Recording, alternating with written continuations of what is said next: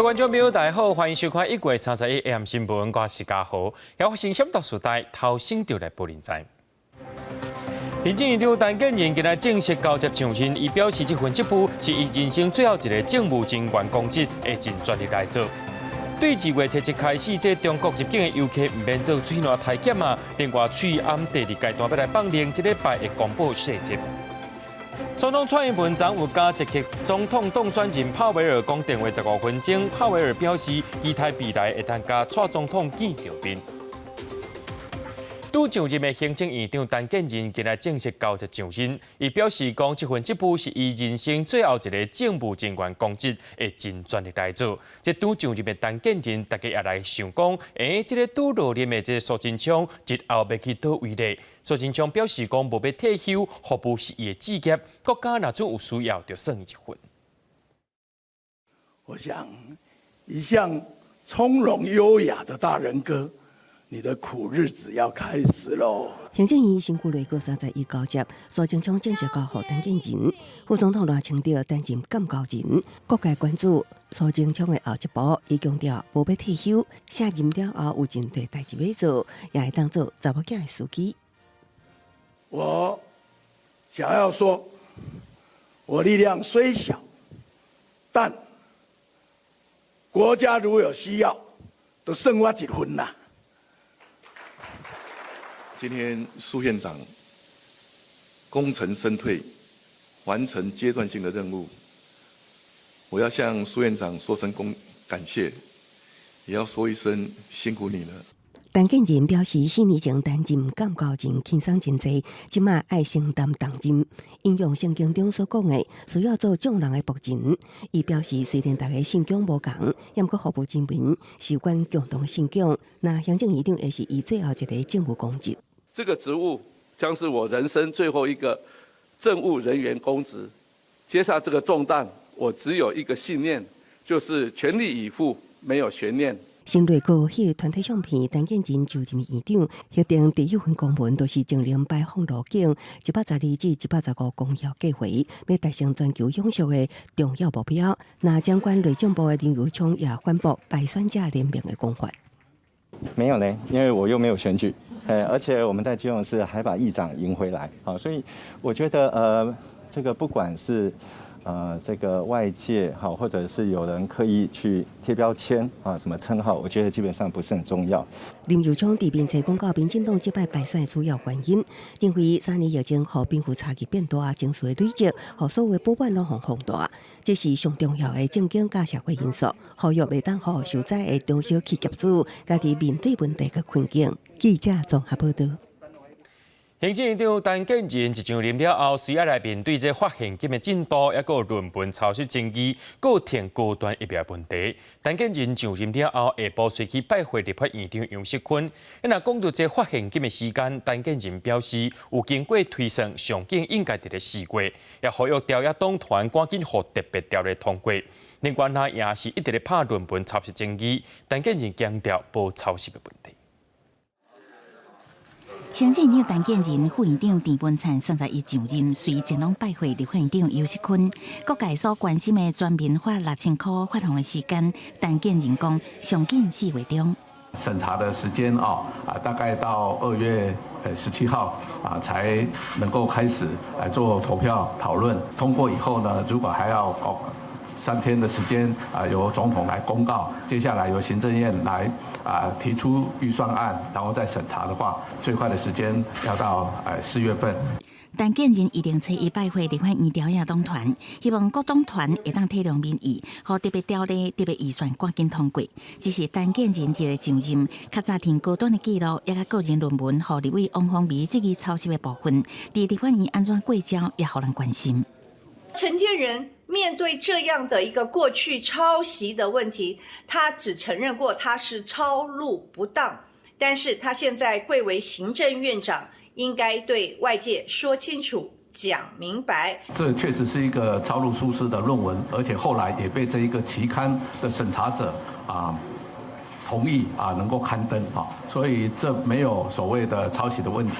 陈建仁声明论文无抄袭，行政院发言人陈宗安表示，这是2016年选举议题，第一作者伫处理解说时阵有疏忽，事后完了建议修改，经过严格审查，并无牵涉到抄袭。另外，国民党团也检验新内阁4大挑战，包括经济萎缩、劳工薪水少，要求内阁要提出办法改善。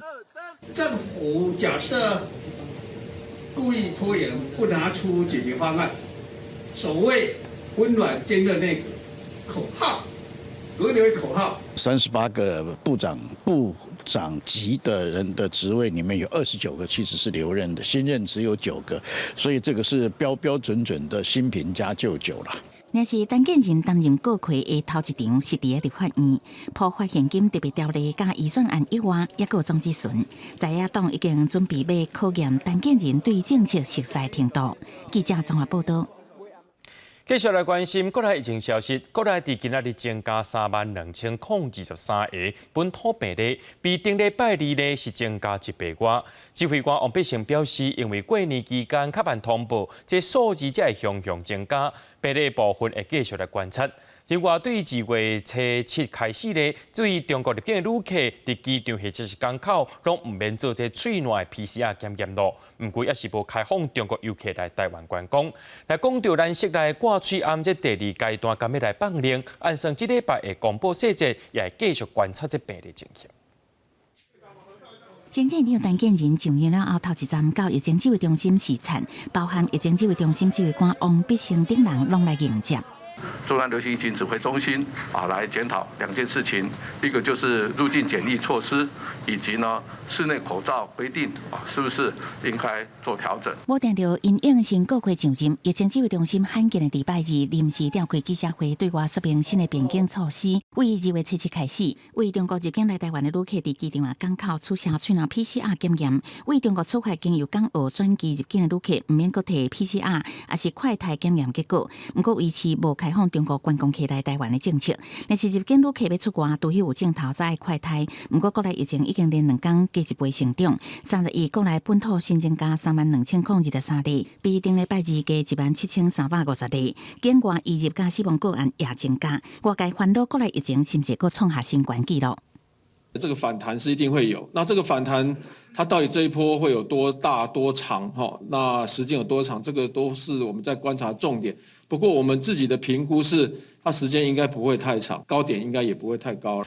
讲会看国内疫情的变化，那是室内喙暗第2阶段什么时阵开放？王必胜讲会伫这礼拜公布实施的日子甲细节，内容会甲韩国相同，向3大方向来规划，包含强制挂喙暗的室内场所，建议挂喙暗的室内场所，其他场所自主防疫。不过国内医界有无同的看法？稳定在山腰当中，而且甚至有点往上爬的味道，再加上国外的新的病毒株，其实还是此起彼落。所以这个时候要放松呢，基本上都是带着风险的。医院国内要放令室内挂嘴暗，建议民众上好也是自主防疫，嘴暗挂好。若做伫半年内也未做过疫苗，上好赶紧做，才当避免感染。记者综合报道。世界卫生组织第30宣布，就算这新冠疫情可能渐渐的稳定落来，不过目前全世界疫情也是达到 WHO 上界关键境界，暂时无降级空间。不过美国拜登政府按算伫咧5月11就要甲疫情紧急状态结束，这项消息对其他国家的防疫措施可能拢会受到影响。根据世卫组织 WHO 第2次召开的第14届紧急会议所做的建议，世卫秘书长谭德赛30宣布，新冠疫情目前也是大家关心的国际公卫事件，这原是世卫最高级别的境界，暂时无降级的空间。As we enter the 4th year of the pandemic, there is no doubt we're in a far better situation now than we were a year ago, when the Omicron wave was at its peak. But since the beginning of December, weekly reported deaths have been rising. In the past 8 weeks, more than 170,000 people have lost their lives to COVID-19. 2020-1月30世卫宣布将新冠疫情列作国际关心的公卫事件，到即嘛满3年。虽然世卫捌表示希望伫今年会当将新冠疫情境界降级，不过2022年12月，中国解封了后，国内疫情大流行。中国官方毋但对疫情惨败，搁开国门开放民众出国观光，搁再互全球的疫情警报出现警讯。世卫紧急委员会表示，虽然疫情可能晚近要结束不过也是真危险的传染病。伫会当预测的未来，新冠病毒是一种伫咱人甲动物会长久存在病原体。红十字会甲红新月会国际联合会 IFRC 30发布的2022年灾难报告指出，虽然经过3年的新冠疫情，不过各国对未来可能发生的其他疫情也是无做好准备。Most countries were unprepared for COVID-19, and today many countries are still remain unprepared for any future outbreaks. There will be no excuse for a continued lack of preparedness after having gone through 3 terrible years. 这份报告建议各国提高国内医疗预算至少占 GDP 的1%，同时嘛要提高全球的卫生经费。不过另外一方面，美国拜登政府30通知国会，一定在今年5月11日正式结束美国因为新冠疫情所进入的公卫紧急状态甲国家紧急状态。美国在2020年3月13日由前总统川普宣布全美国进入这2项紧急状态，我也搁一言再言，方便为美国民众提供免费的体检疫苗注射甲治疗。看来3月要到期拜登表示，伊会延长这2项紧急状态到5月11日以后就会结束，而且会对其他国家的防疫做法产生指标意义。公司新闻金元庆编译。总统蔡英文昨有加这捷克总统当选人帕维尔讲电话15分钟。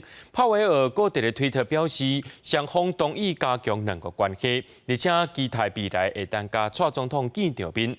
外国媒体认为讲，两位总统讲电话毋是一般现象，互当作是外交突破。而且报道当中也有写到，中国打算想要用一个中国原则来阻挡两位总统讲电话行为。总统蔡英文话头起面，甲捷克总统当选人帕维尔伫30暗时6点通电话，讲要15分。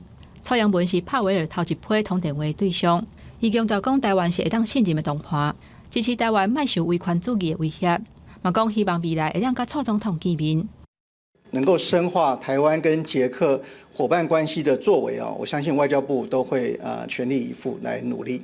那昨天又有通话。那我相信我们的捷克代表处跟当选人办公室那边一定都有密切的联系。路透社以真无史上这句话来形容这通电话，因为两国并无邦交。报道表示，台湾透过这点达成外交困难的成就，北京可能会真生气。在通电话进前，中国想要以一个中国原则来阻挡。学者分析，最近因为罗西亚乌克兰的战争，欧洲对中国的印象是哪来哪歹。捷克现任的总统齐曼伊立场一向是较倚中国，这个帕维尔当选嘛显示捷克的民意当地转变。捷克参议院的前任议长突然间逝世，那他的这个遗孀出来，指责中国大陆是这个压力的来源那就是这个等于是引起了捷克社会的一个反弹人民选择了降低跟中国大陆的合作，转向跟台湾这个交流。虽然捷克总统是象征性的职务，不过为帕维尔最近一种两则发言，大家肯认为讲，台湾甲捷克的关系真有可能会阁提升，而且目前捷克政府希望甲印太地区的民主国家深化合作，嘛包括台湾。捷克国会去年嘛捌呼吁政府提出中东欧合作的机制14+1。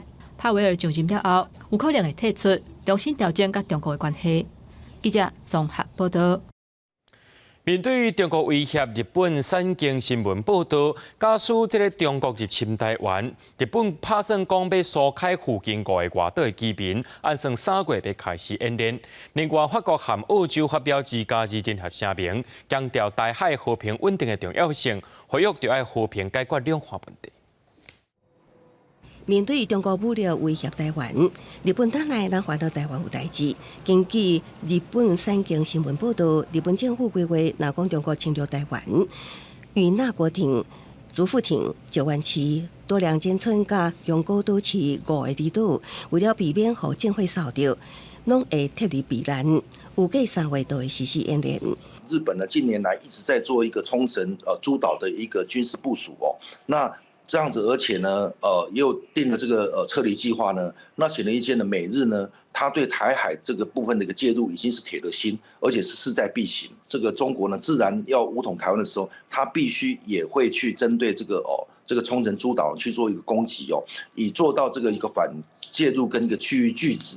那日本烦恼台海局势，法国甲澳洲发表的2+2联合声明，再度强调台海和平稳定的重要性，呼吁和平解决两岸问题，反对单方面改变现状。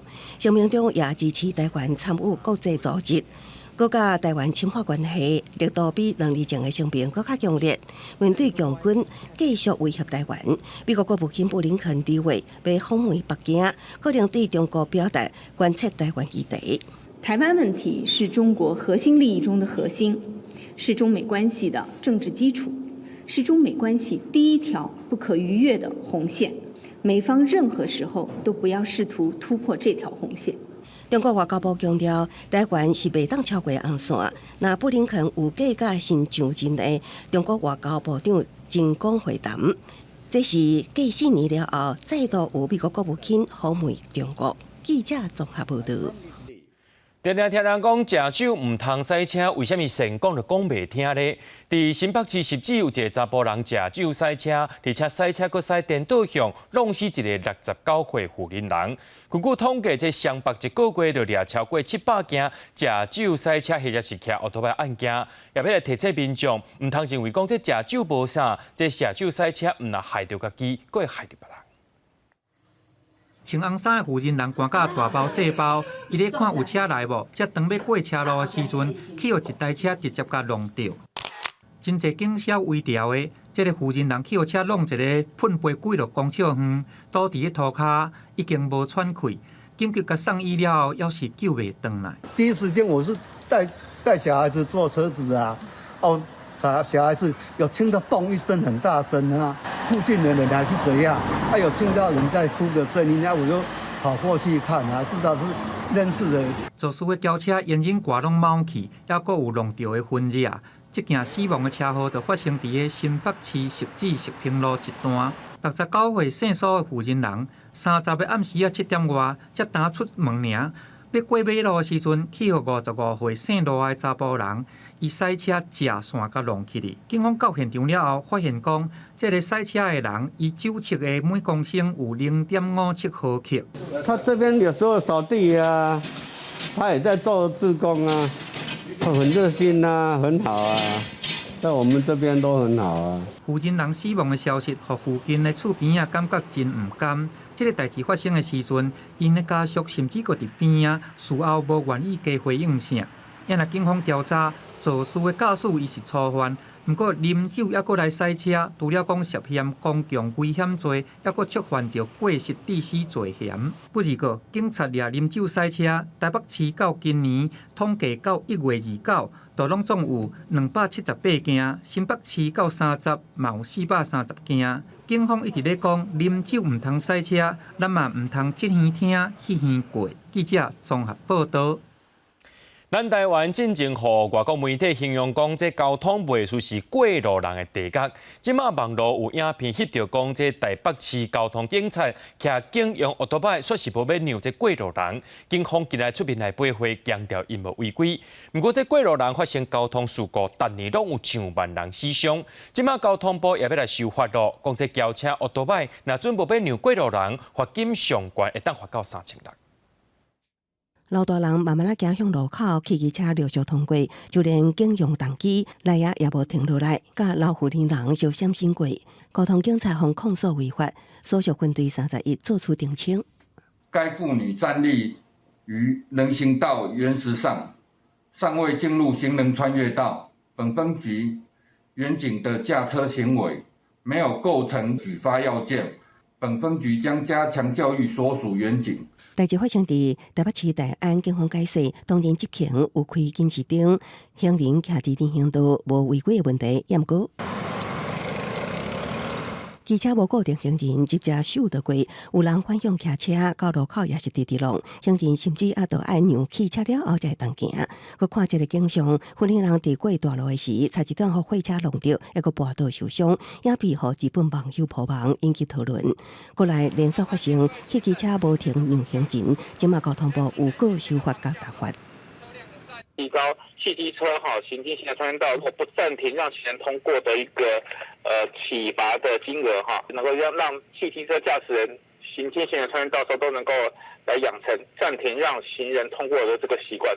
行人交通事故死伤，当年大约有15000人。事发伫路口比例就占一半钟来，只要汽机车伫斑马线无停让行程，一律提悬为3600开始罚。拄着闪光红灯无停车搁开，即马起罚的900，受罚了后，依车种无共，分别加重到1200到1800，相信今年5月上路。对我们的道安的执法会有立竿见影，我不认为，还是在于整个社会对于这件安全有没有一个共识，没有共同的认知，那就会觉得说，好像政府在执法的话，就会觉得说你就是在政府在抢钱或者是在扰民。要解决交通问题，学者认为重点有关伫用路人的自觉，驾驶无应该一直追求行车效率，行人也爱表现适合行为。记者做犁头族过大路顶，那交通工程设施也爱同步检讨，才会当改善道安，去掉行人地角的排名声。记者综合报道。海巡署中部机动海巡队一台4000吨级的加技舰，正月初3结束任务了后，准备要登去台中港的时阵，可能是受到这强风影响，去遇到5下码头，造成这加技舰的尊身受损。军事专家认为讲，虽然安全是无受到影响，不过也显示讲这台中港海流变化对这停船的人是真大考验。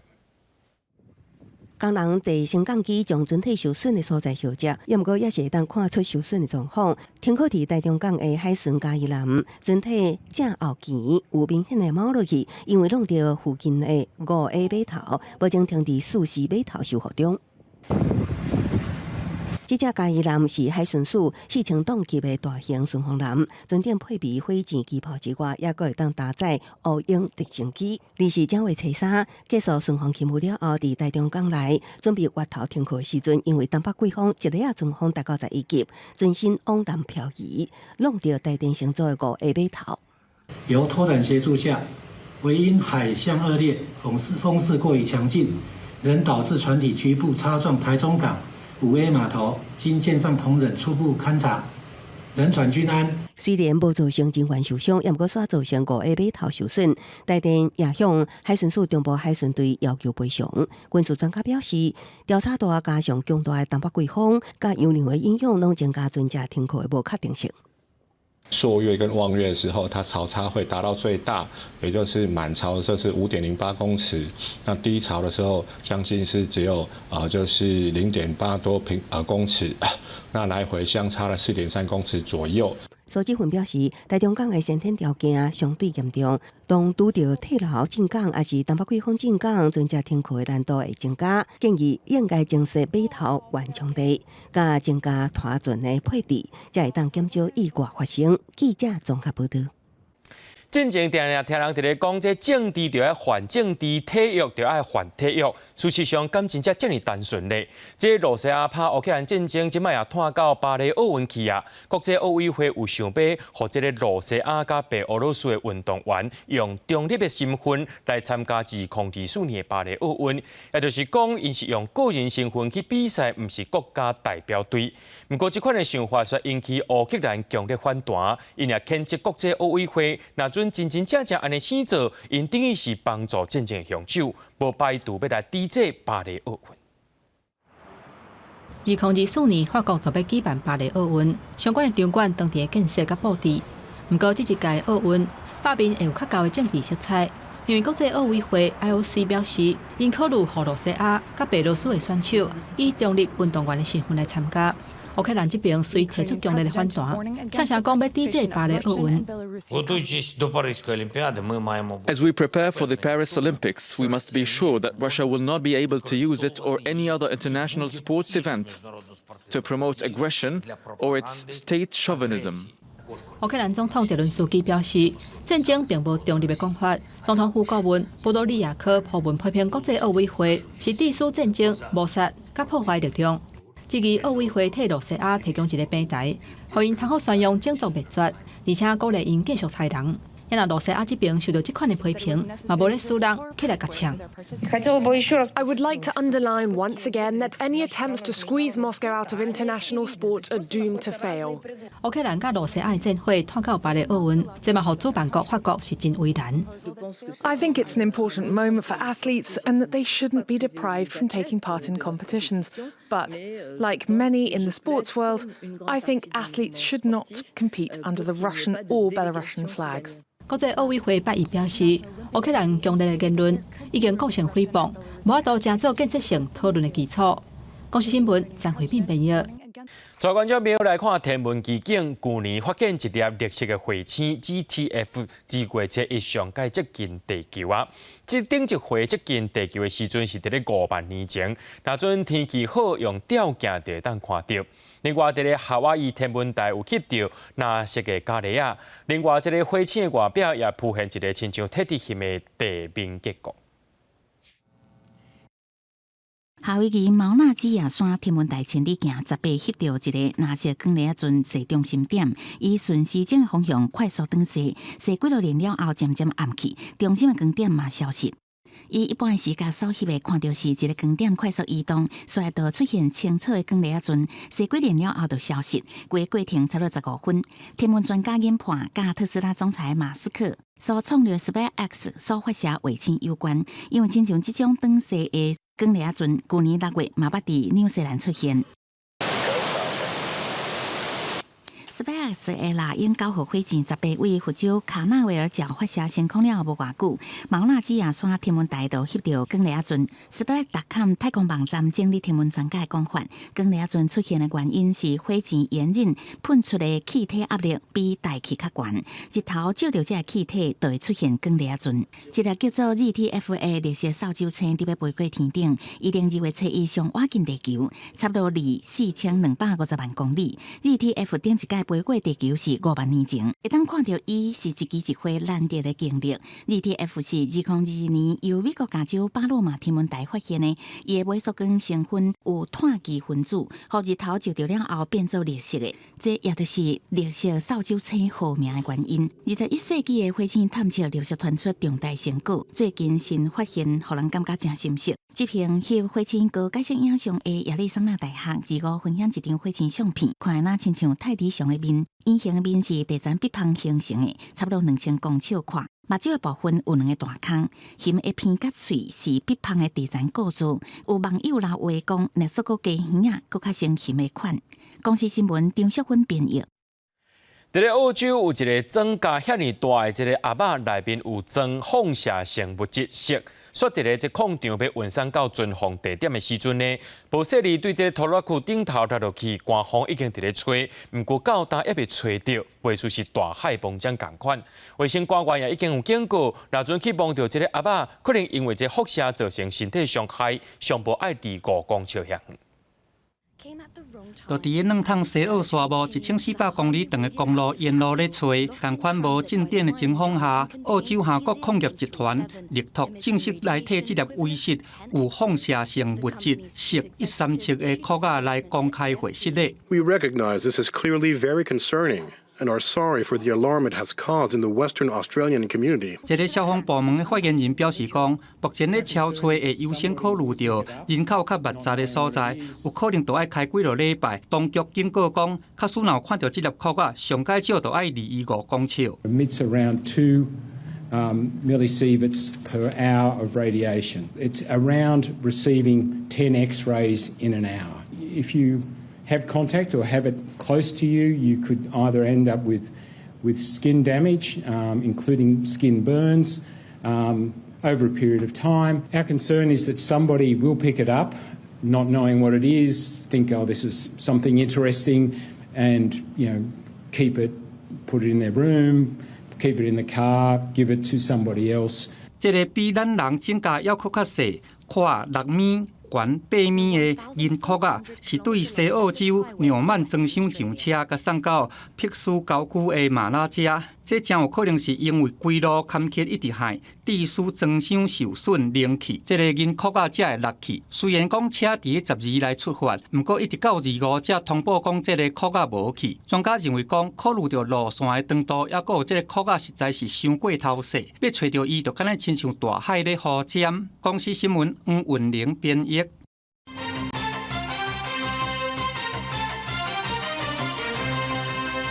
经济部公布去年12月外销订单金额是美金521.7亿，那甲同期来比是退步23%，而且是连续4个月拢衰退，等于去年一年外销订单拢是负成长，去年衰退1.1%。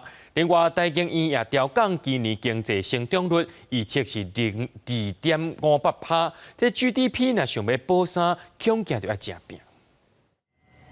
面对全球通膨起利息价5号渐渐冲击，经济部公布2022年12月外销订单金额是521.7亿美金，甲去年同期比衰退23.2%，创连续4个月负成长。那去年外销金额合计6667.9亿美金，甲前一年比衰退1.1%，含伫负成长。跟上年同月比是持续年减23.2%。主要是因为新兴科技应用的需求虽然有持续，但是呢，全球的整个大环境经济是受到了通膨，还有就是升息的影响，终端的需求仍是显得低迷。面对衰退乌影，台经院也下修预测2023年国内经济成长率是2.58%，比原先2022年10月预测的2.91%下修0.33个百分点。那民间消费、政府甲公营事业的投资，也是支持今年经济主力。我们的贸易跟我们的投资，尤其是民间企业的投资，受到一定的影响，所以我们主要下修的部分在于贸易的表现，还有民间企业投资的表现。甲台经院下修预测比国际货币基金是较乐观，强调今年的全球经济成长率预测到2.9%，比去年10月预测增加0.2%。IMF 的专家认为，中国经济重新开放，为希望加做全球经济成长动力。The reopening of the Chinese economy, it's going to have an impact on the supply side. So we're going to get an expansion in production coming from that side. And also we're going to get an increase in domestic demand as Chinese households are going to be able to resume activities and start spending. 不过 IMF 也警告，今年也是有真侪风险。那讲过战争升级，也是新的疫情爆发，恐惊影响中国经济复苏，无排除冲击全球经济。记者综合报道。讲到即马，万项物件拢伫咧起价，卖卤肉饭的连锁店何秋张，对2月开始有10种便当要起5块，鸭卵是起1块，商品平均是起5%。鸡腿煎甲芳公公，佮加上菜色来做配色，这是出名连锁卤肉饭何秋张的招牌便当。不如个从2月初开始，想要找到这款的好食面，唔是咱山啊介绍就买会到，是爱一张100块的纸票啊。人力薪资成本与原物料不断上涨的这个压力，所以有点撑不住了，所以说经过公司审慎的评估，决定从2月1号开始。会调整部分产品的价格。我觉得偶尔吃一次啊，1个月吃一次还可以。如果一直吃的话，我会觉得受不了啊。它涨了好几次了啊，那个内容也没有比较好啊。何秋张的强调讲，因为营运成本起悬，还有原物价起价，高不二种才来起悬这个计效。甲看过去，何秋张的捌伫个疫情进前，105年的年底调关13项物品，108年又搁调关47项物品，一直到109年的米味开始，才无起3年，到今年过年了后，搁宣布讲10项便当要调关5块，鸭卵起关1块，平均起的程度是5%。毋过要顾虑到消费者的感受，除了讲鸭卵以外，伫个店内现点的这些产品拢无起，只是受到国际物价通膨的影响。亲像汉堡王嘛，甲部分的汉堡价，这款单点的起关4块到20块3不等。小美红豆粉粿的鸡仔饼嘛起关5块银。汉来海港的自助餐厅，2月份开始的假日暗顿嘛都要加开80块银。2月份我们的这个通货膨胀率相较于1月应该会稍微高一点我们如果说在参考去年的基期以及国际的原物料走势的话，那我认为3月会有机会呢，这个通膨会往下。选伫个年后，火手厂会带头来起价，其他的餐饮业者是毋是会对得起，嘛引起外食族的关心，就惊讲下包会耐去。记者综合报道。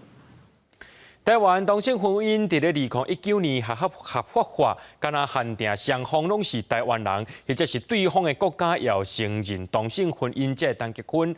落尾伫咧过年之前呢，行政院透过函式开放，就算外国正派国家无同性婚姻，伫台湾也是会当登记结婚。不过，这项行政配套是无包含对方的中国人。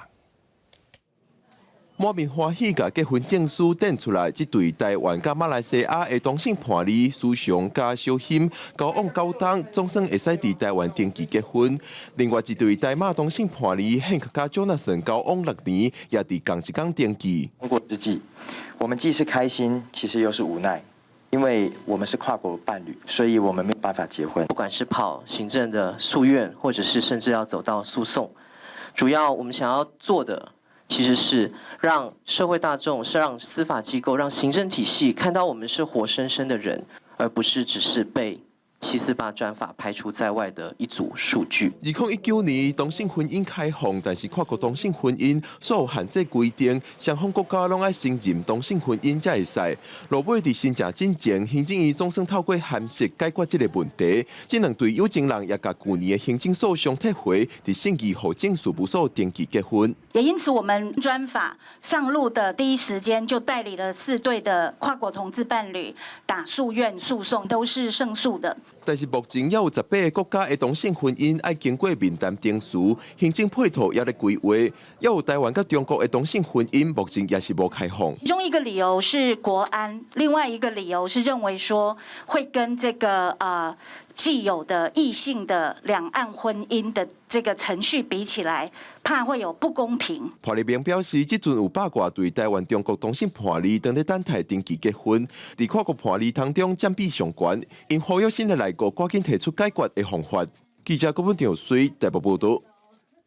讲到这台湾灯会经过23年后，过来回来到台北，时间是伫咧2月初5到19，今仔日要试灯带观众朋友做回来看卖。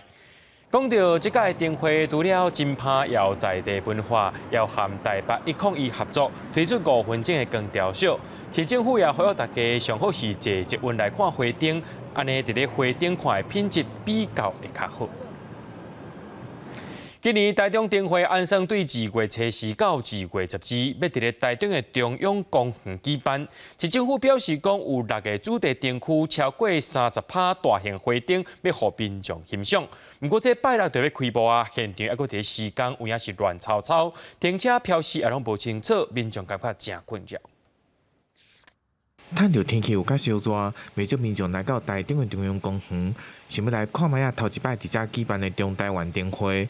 不过民众开车入来，没有厝内底人伫倒位落车，拢唔知影。像那个停车格可以一直画，这个一直红线，那么多红线有什么用？未少民众表示，因为带着长辈，只使聆听伫车道或者是红线区，还有人为着要找灯区，开车驶了几年，真无简单找到灯区。附近煞无停车场，只使停伫上外口的停车场，行路2-3公里才有法度到会场。南边那边有几片那个就泥土地，用绳子拉的那个停车格啊，就看那了啊。再过来这个精华区都没有，比较远的地方就有一些标示进来。哦，比如他进来之后才在匆忙的找。虽然市府今年头一摆采用水上主灯，嘛规划了6大灯区，超过30组大型的灯组。不过，今日2月4号，活动正式展开，只有剩几啊天的时间，整个园区还佫伫施工，看起来就亲像大型的工地。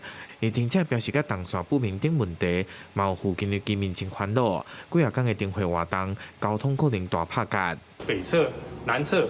地下停车场及路边停车格外，周边还有临时机车停车区，为避免交通阻塞影响观展的好心情，建议多利用绿色运具。台中市府表示，目前包括到南端甲北端的停车场，加上市府另外规划场地，预算会使放5000台汽车。若像的机车的停车位，不管是呼吁民众，会使用这份转接驳车的方式来到会场，避免塞车的困扰。记者台中综合报道。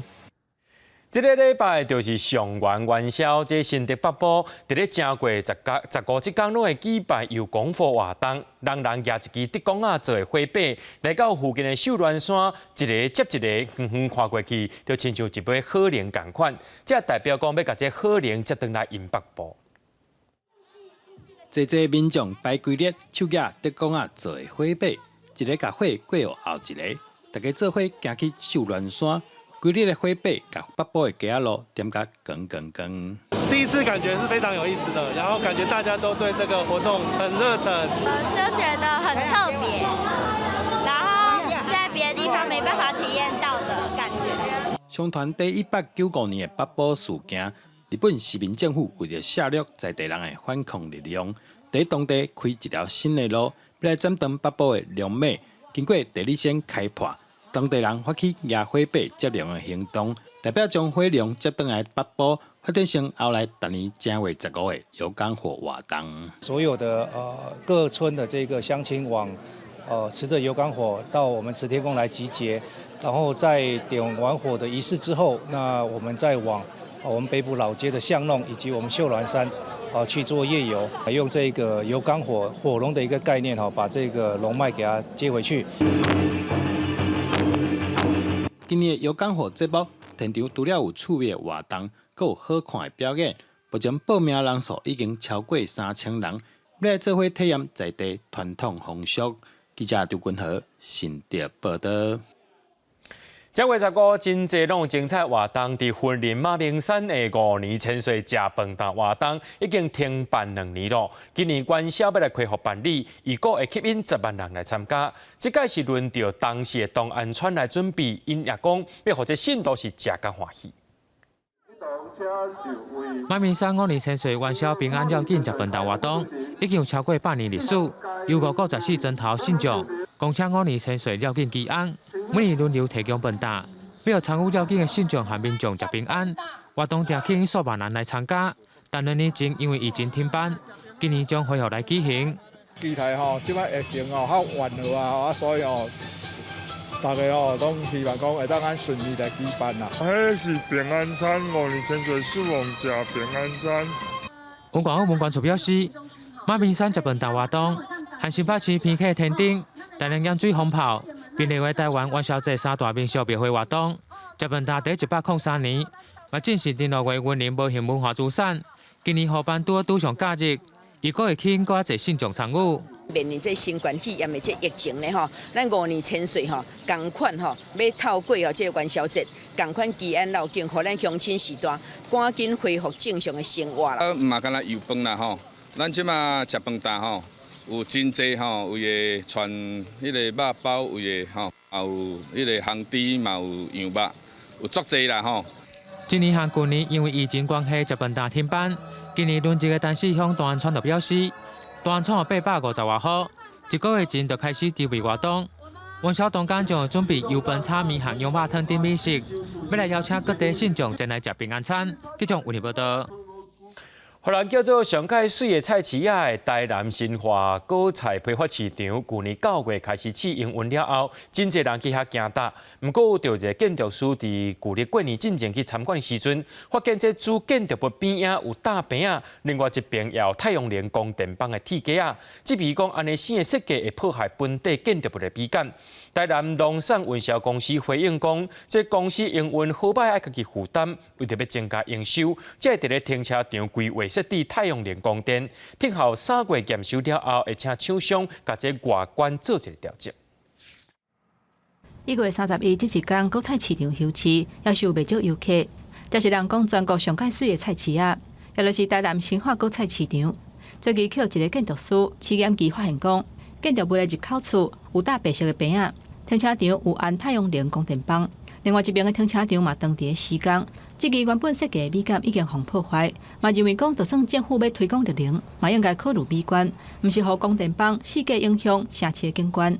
我认为刚好是一个机会教育啦，因为我们已经在很多的场合啊，不同的建筑师啊，在提醒太阳能光电板造成台湾环美的冲击很严重。政府大力的一个来不算是铁腕，但是需要一个平衡的状态之下来做一个规划。市监局讲，光电板影响景观的情形，真侪做工作的拢有同感。上水的果菜市场设计师的台湾代表，嘛讲会发文予台南市经发局甲副市长，希望会当随暂停施工。新化果菜市场解说讲，建筑物本身甲草埔仔等维护的费用，一个月爱200多万，因为这间公司是民间家己咧营运的，趁钱也了钱拢家己负责，才会伫咧停车场设置太阳能光电板，嘛同步解释会破雨、晒日甲排水的问题。有一个地方大概是至于11公尺的部分去做市集，也希望透过这边的部分呢，能够让整个生意比较兴旺啊，那个市场比较集中。果菜市场表示，光电板离建筑物有11公尺，白色的板也是暂时带的，3月份完工了后就会拆除。接受验收的时阵，嘛会要求厂商透过美化的方式，让光电板会当结合当地设计。记者综合报道。2023台北国际册展今开始起稿，今年主题是活脱的多重宇宙，有真侪趣味多元的主题，要互民众有丰富的体验。亲像囡仔册主题馆小解10多种海洋生物，那种用手机扫这 QR code， 个人听到海洋生物对你讲代志。时间危险，唔通挖紧。2023台北国际册展的公民册区以工地做主题，独立出版联名的陶瓷工地。台湾独立册店文化协会的10年工疗，还有 NGO 伫街仔路的战车，拢互人真有感觉。从开始之前就很期待，因为我过去大学是在高雄读书，那这2本都是以高雄为背景的文学作品，就觉得或许可以来看一看这样子。伫个册架顶头有来自全台独立册店分别推荐的10本册，还有册店内底这10年来一定爱读的册。台湾独立册店文化协会就指出。台湾有真侪业者等咧拍拼找机会，我们才会说也做这个地图，就希望大家读者来书展的时候，他们也可以离开书展之后，也可以到各县市去看看，认识独立书店，那是我们协会觉得最重要的目的。来到海洋儿儿童主题馆，会当看到16种海洋生物的插画，半空中还有挂立体的艺术作品，用手机连接壁面海洋生物的 QR code， 还会当听到因咧讲台语。书当然很多人的时间会被手机别的吸引走，但是愿意看书的人、留下来的人是愿意比过去付出更多的热情跟时间的。以活脱的多重宇宙做主题，让读者有丰富的五感体验。10点才拄开放，就已经有不少民众来。前国册顾问大地文化的董事长霍明义就讲，今年的册展更加会当感受到读者对纸本册的热情。记者综合报道。明仔天气是好也是歹，做伙来看预报，恁就知。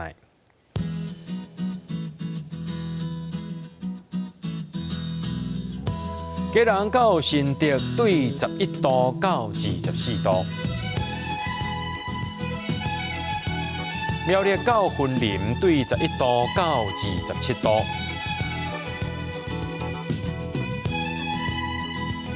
嘉义到屏东对11度到30度。宜兰花莲台东对13度到24度，平湖金门马祖对8度到21度，还有未来3港气象。